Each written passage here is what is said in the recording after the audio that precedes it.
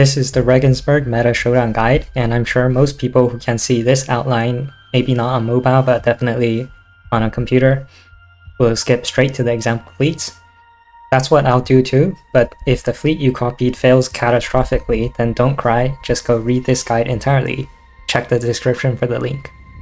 Level 15 will be available tomorrow for real, but today you can already get the level 15 battle simulation if you cleared level 14 already. I've tested all of these fleets 5 to 20 times, and I will discuss the results, then show an example battle after. As I write here, most of my ships are O'd, but I decreased my tech to approximate no O's and max tech. I chose this nerf for two reasons. One is to make it more relevant for more players, and two is to have a lower win rate.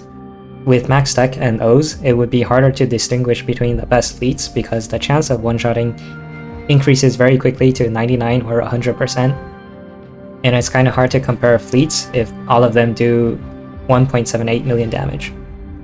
So when discussing the best fleets, I'm considering the one-shot rate with this high account strength. The best for most players will actually include Helena for obvious reasons, but good luck trying to fit her into the fleets. For the carrier fleets at least, it's impossible to fit Helena in with Aurora, so you will have to use Trafalgar with Helena. But for the battleship fleets, you can use both Aurora and Helena, probably. Without further ado, let's start with the two best fleets. That is Yorktown II and Lexington II. So this fleet and this fleet, the only difference between them is Kearsarge versus Lion. Both of them have very high win rate, 19 out of 20 in my test, with the decreased tech. So Z52 Aurora and William D. Porter is basically the best vanguard for all fleets if there are no other restrictions, because we don't need Eldridge because the boss doesn't do that much damage, and Aurora can survive just fine with double defensive oxes. Z52 is the main tank with the highest raid DPS, RDPS, and William D. Porter is just a massive buffer. Since we're talking about max tech, no O's, or Oath but near max tech, all of these carrier fleets go for 4 strikes, so Yorktown 2 needs the VBF 94 or something, that dive bomber plane, to go 4 strikes, and then she pulls Lexington 2 ahead as well, so Lexington 2 also gets 4 strikes, and Kearsarge takes autoloader to also get 4, or close to 4. If you have less tech, then this will not work, so you'll have to go either for 3 strikes or using battleships for almost 4 strikes. If you have lower battleship tech as well, then you'll have like 3 point something salvos in the battleship fleet. But if you have low tech, then you're probably not one-shotting anyways, just use Helena and hope for like a one-shot in 20% of the time. So in these two fleets, the firepower is taken care of by Kearsarge or Lion, and torpedo is taken by William. Evasion by Z52. You can also change William D. Porter's Oxytorp to evasion rudder so that she gets highest evasion and Z52 gets highest torpedo. Aurora needs to have the highest hit, and this is very important to get right. So she needs the sword and the rainbow, preferably a rainbow anti-air, but a stag might also work.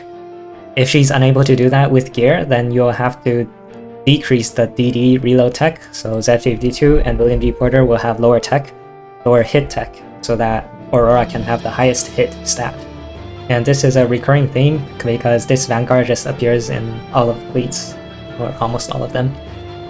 Next is, in no particular order, there might be some worse fleets now than the battleship fleets, but next one is Lion Kearsarge Lexington, and this one got 14 out of 20 kills with slightly lower average damage. Because these thresholds are so close to the boss HP of 1.78 million, even a small difference in average damage can lead to a large difference in the kill rate.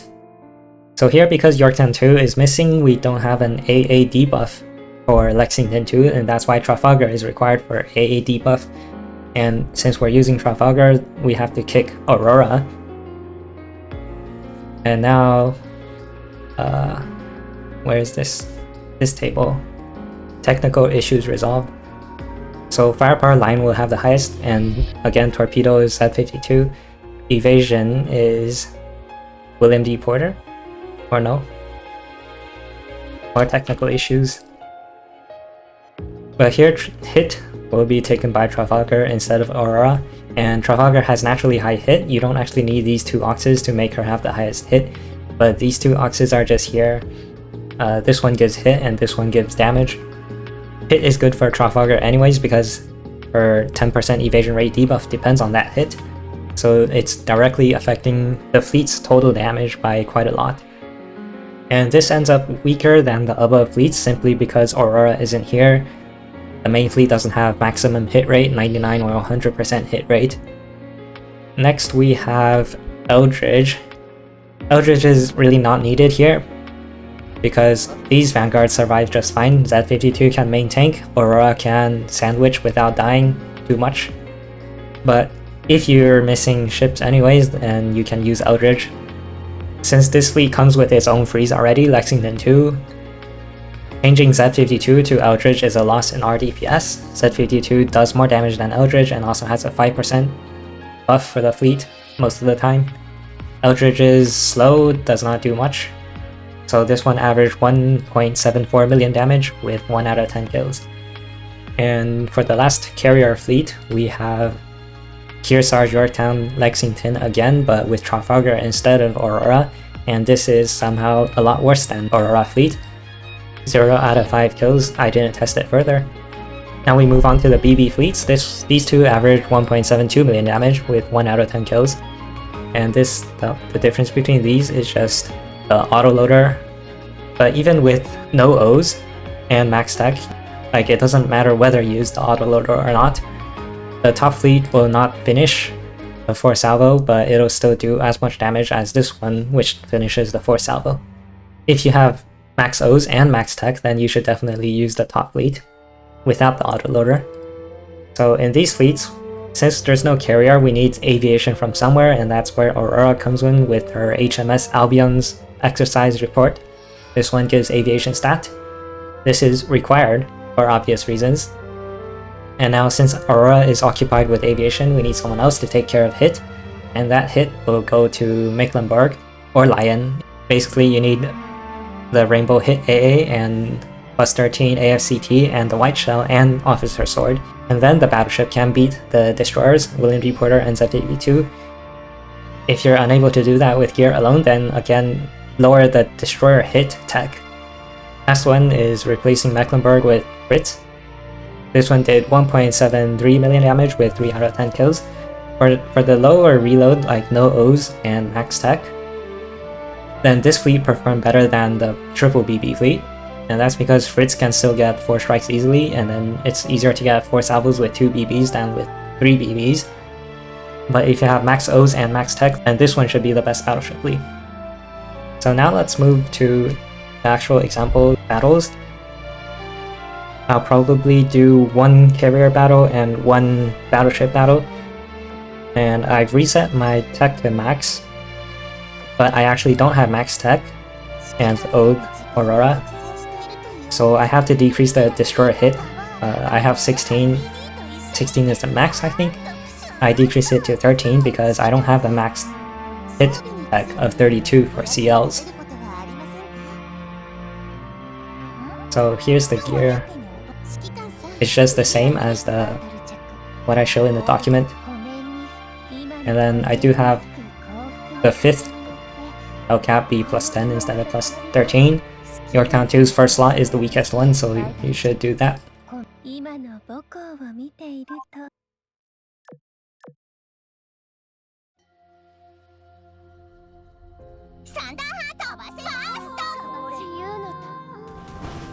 So when you're looking at your own fleet, you can see each of the Vanguard ships has X1.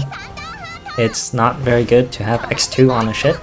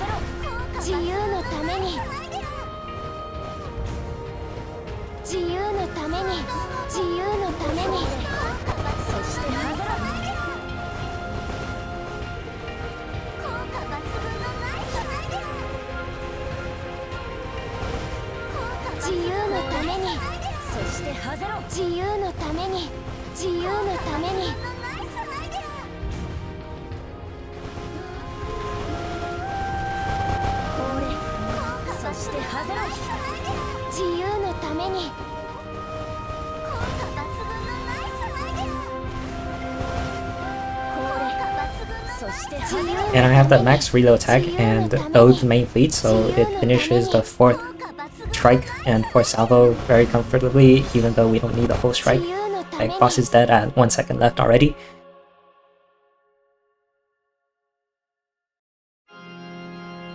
Lexington II will usually get 600,000 damage for MVP, although in simulation the sandwich will get MVP somehow.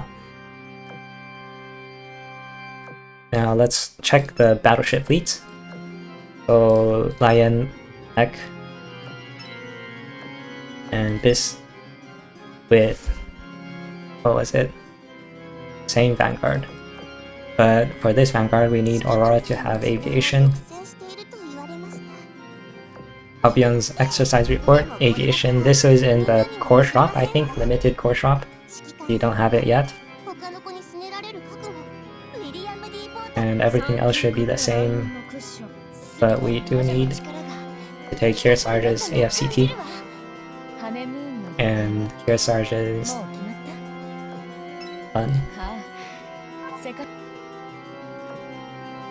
And the purpose of the +9 crossbow, or bowgun actually, because the +10 bowgun nerfs damage against light armor and the boss's light armor, so either use a +9 bowgun or just a +10 sword. In this fleet with Aurora, the +9 bowgun is slightly better because the BBs are capping out on 100% hit anyways.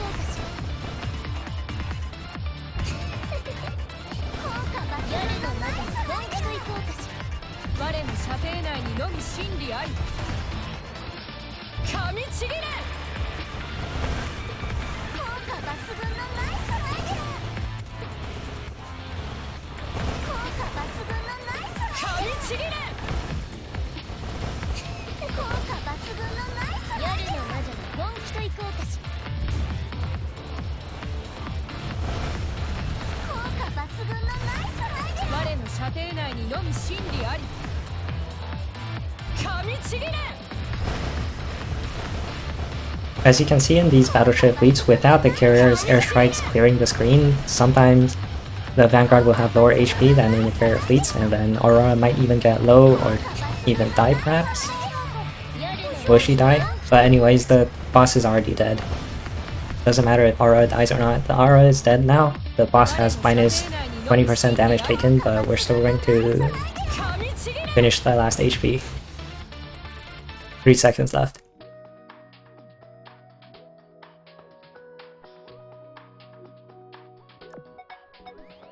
So those are the 2 example runs, and I want to mention another way of checking the stats, besides making sure in-game, like entering the battle, checking your Vanguard X1, X1, X1, you can also use the calculator.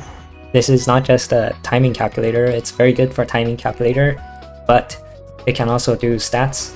And these stats, for most of the relevant ships, the skills are already taken care of at the beginning of the battle, because that's when the boss checks the stats. And we can see, for example, William G. Porter has 361 evasion, and Trafalgar has lower evasion and higher hit, 381. And then Z52 has the highest torp, 705. Higher than this and higher than this. So that's another way to check your stats, besides in battle.